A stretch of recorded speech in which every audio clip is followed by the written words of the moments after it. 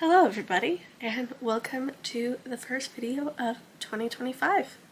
I can't believe we're already here, so let's jump into it. Okay, to start out this video, we are going to be talking about my top 5 favorite reads of 2024, and then what I anticipate to be my top 5 reads of 2025. Okay, to start us off, top 5 reads of 2024. I won't go too much into these, but I did just want to start out with these books I will probably want to reread in 2025 because I loved them so much. But the first one, as always, and I feel like I've talked about this book a lot, is the book Funny Story by Emily Henry. Just the way that this book was written, I feel like the way that Daphne specifically was written in this book, I ate up. I feel like she is me in so many ways, and I feel like I just could not have hoped for a better first 5-star read of 2024 than for it to be Funny Story. I absolutely loved that book, and I am waiting to get the physical copy until I can get it on paperback, because I already have so many paperback books by Emily Henry that I don't want to get a hardback because I want it to kind of fit the mold of Emily Henry books on my bookshelf.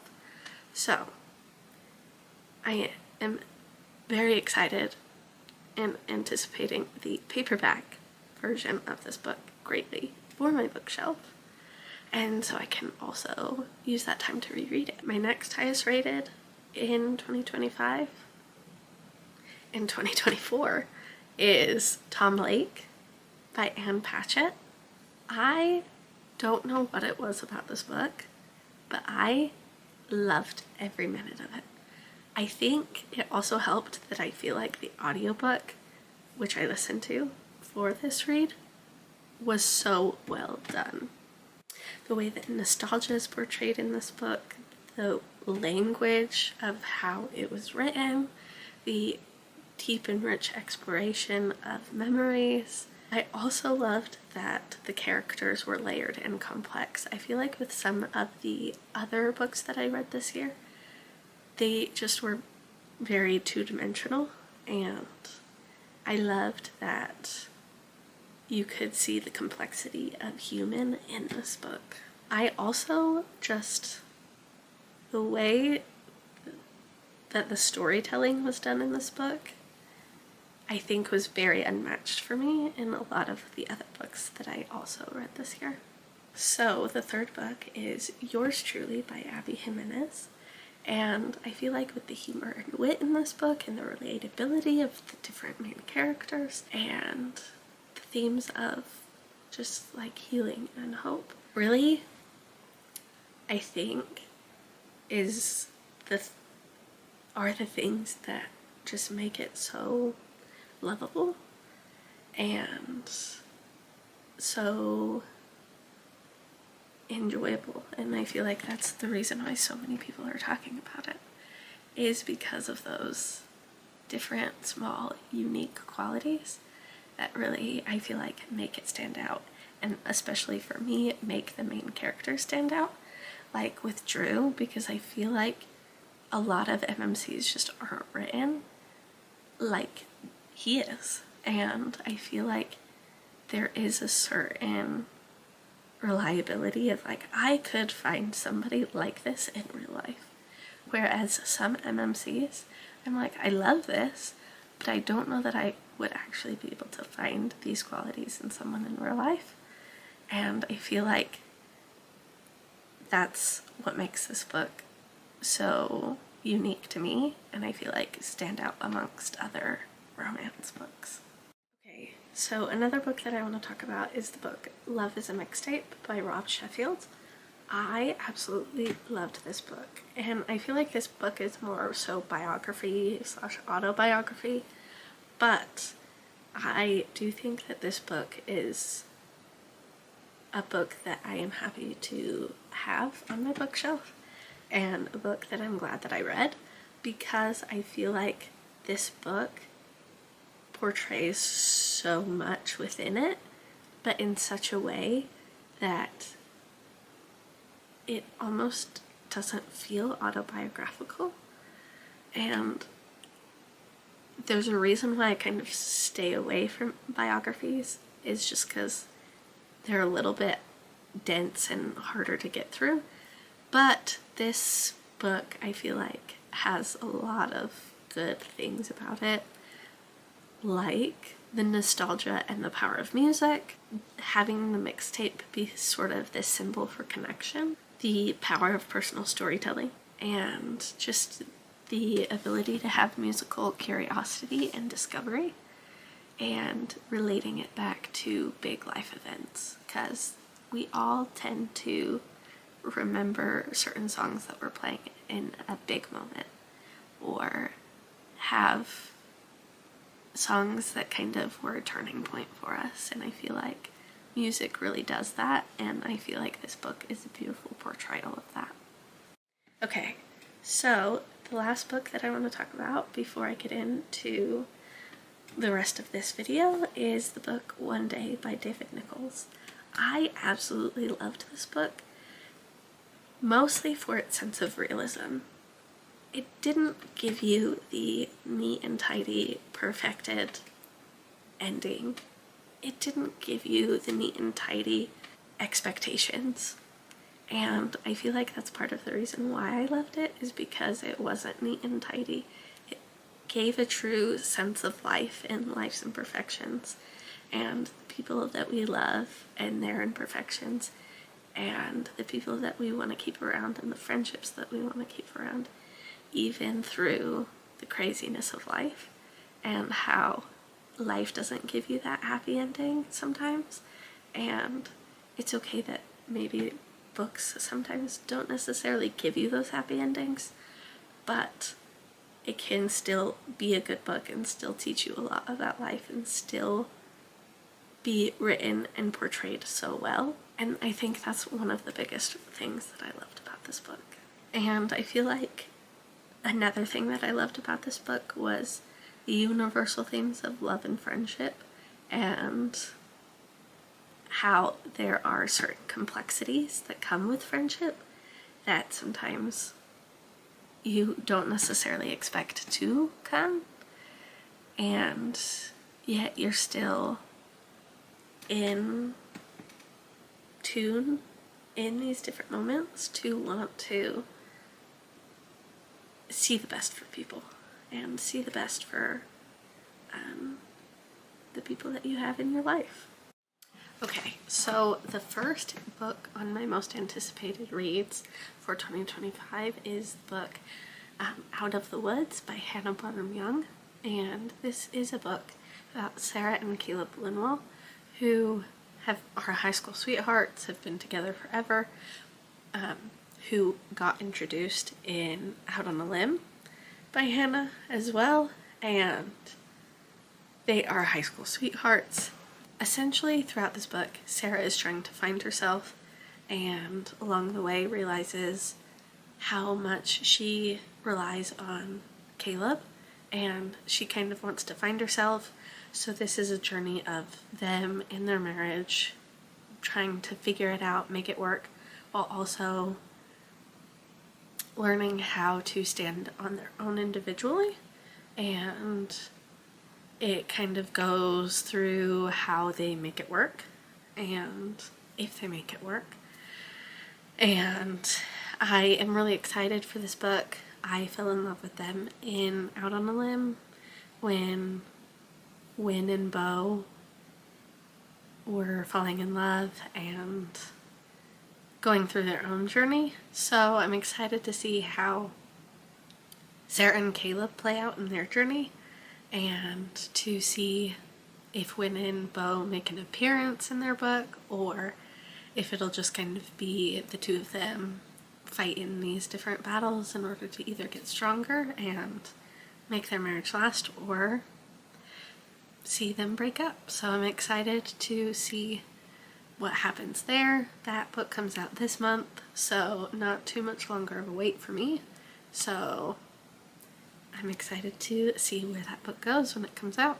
Okay, so the next book is the book My Friends by Friedrich Bachmann, and it's about these 4 friends and group of teens, how they went about their lives 25 years ago to influence a stranger's life 25 years later, and all of the intricacies of what friendship means and how our bonds can really deeply influence those around us. So I'm excited to see what I think of this book when it comes out, and I'm really excited for all of the different intricacies of this novel. Okay, the next one is an Emily Henry book, and it's called Great Big Beautiful Life. And this is about 2 writers who compete for the chance to tell a larger-than-life story of a woman with a couple of plot twists up her sleeve. And I love Emily Henry. I loved Funny Story.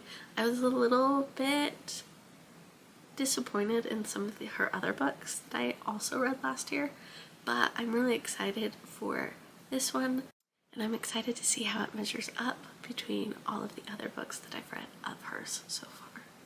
Okay, so the third book for me that I'm most anticipating in 2025 is the book Wild Side by Elsie Silver, and this is kind of an enemies to lovers, marriage of convenience sort of trope. And so those books are always going to be golden for me.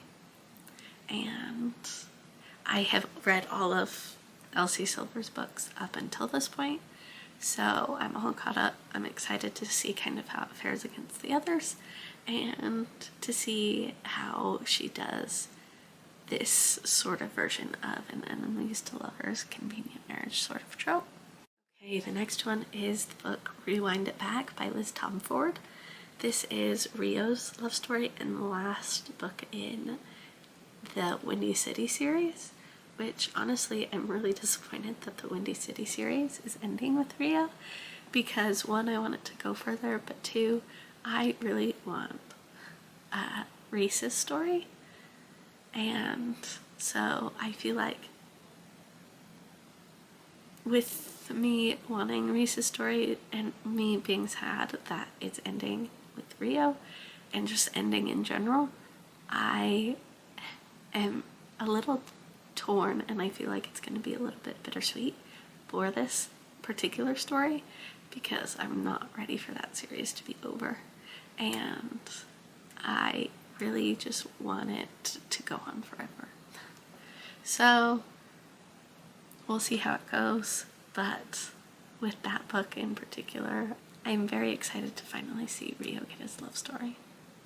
Okay, and then the last book that I'm anticipating for 2025 is the book Say You'll Remember Me by Abby Jimenez, and it's about Xavier and Samantha, and they have this one incredible night together for a date, and then Samantha realizes, I don't know that I can do this with my family circumstances, so she says, promise me you'll remember me and we can just have one perfect night, and kind of follows along their eventual, what I assume to be love story. And so we'll see what happens in all of these books and kind of see where each book takes us, but these are the books that I am most excited to be released in 2025. Okay, I also am now going to transition into kind of the rest of this video. Y'all, I got so many books for Christmas. I think I got 19, if I counted right, but one is like a book set, so I don't know if we want to count that as one or count each book in the set individually, but let's go through it.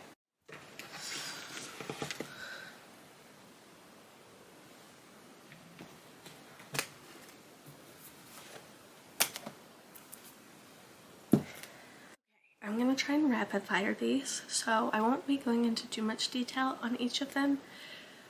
And let's see how many books we've got. Okay, so Big Magic. It's just being able to be more creative in your life. Okay. Creativity, it's a good thing. Rose and Bloom. I have never heard of this book, so I'm excited. The Story Collector. Firefly Lane by Kristen Hanna. Shiver, one of my favorite books that I read as a kid that I'm excited to get back into. Linger, which is the second book in the series. Lightlark, which is a fantasy. Again, a genre that I have never really gotten into, but I'm excited. The Maid. I have heard mixed reviews about this, but it looks so good, and I guess from what I've read on the back, it seems to be pretty good. But I also got this cool version of Aesop's Fables that I'm really excited to keep on my bookshelf. Okay, The Artist's Way, A Spiritual Path to a Higher Creativity. Your girl's trying to be creative in 2025. What can she say? Okay, so I've already started this book. I'm hoping to have it be the first book that I read in 2025, a novel love story. It's a quick read so far. I don't know how much I truly like it though. So I'm still trying to figure out how I feel. And then The Alchemist. Okay, and then we've got, I really like the cover of this and the cool sprayed edges of the quote. Let's see. Can you read that? Anyway, so this is Under the Oak Tree. This is the first book in the series and it's just a fairy tale.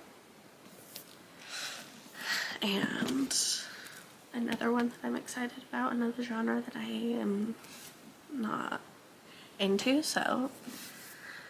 And then this Heart Song by T.J. Klune. This is actually number 3 in the series, but I also don't know if it's interconnected or not. So I guess I'll find out when I read it if I'm confused, but then this is the set that I got. It's Percy Jackson. I've actually never read the Percy Jackson series, and I have a bunch of family and stuff who love it, so I'm really excited to just get those books started as well. But with all of these different books, after me finishing a novel love story, let me know your thoughts on which one you think I should read next and how I should go about, I guess, reading the books that we just went through. And I know most of you will kind of know the concept of most of these, but if you don't, maybe you should get it and read it along with me while we go.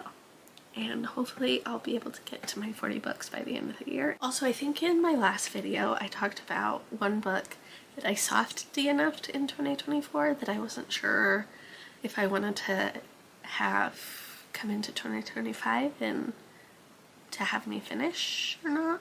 But that book was The Light Between Oceans, and I just am not in a headspace to want to finish that right now. So I don't know if it will come into 2025 and if I'll finish it or not, but it will just currently sit on my bookshelf until I'm ready to get back into that. So that book just was a heavy book that I wasn't expecting, and it didn't really give you a warning of how heavy it would actually get to, or how heavy it would actually be. So that book might just have to stay in 2024 for me. So stay tuned for this year to see if it ends up back in the lineup for any reason. But yeah, I was debating on that in the last video, but I think it just might be a book to stay, not in 2025. Okay, and the last little portion of this video, I want to talk about my bingo challenge that I'm going to try and do for January. I will pop up the bingo that I made kind of right here. And these are the books that I am hoping to start reading in January / finish, and hopefully we'll be able to get a bingo at some point. I kind of made it a smaller one just because I wasn't sure that I wanted to overcommit, and so I didn't want to put too much pressure on myself for this first challenge of the year. So hopefully this will be enough books for me to get focused on and get a bingo before the end of January. But comment down below which ones you'd like to see me read off of this bingo sheet or off of the Christmas book haul of all of the books that I got, and let me know which ones you've read, the rankings that you have for them, and which books you'd like to see me get read in the month of January off of this January bingo. I also decided that for my 2025 reading journal, I think I'm going to create one on Canva. I haven't made one yet, and I don't know that I'll need one yet because I haven't finished my first book of 2025, but I think I would want my journal to be digitized instead of being a physical reading journal. So stay tuned for the video at the end of the month so that we can go through and fill out the digital journal of books for the month. And stay tuned for all of the books that we're going to be reading in 2025 and all of the different fun we're going to have.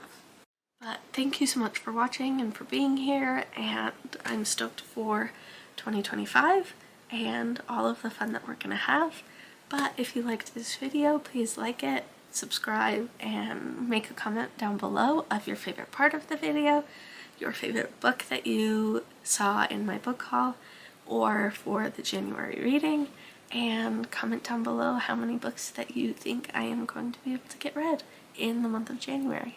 So if you want to see me on any of the other socials, I will link those in the description box below, and I'd be excited to see you there. I make daily book videos and book posts on Instagram if you want to follow along.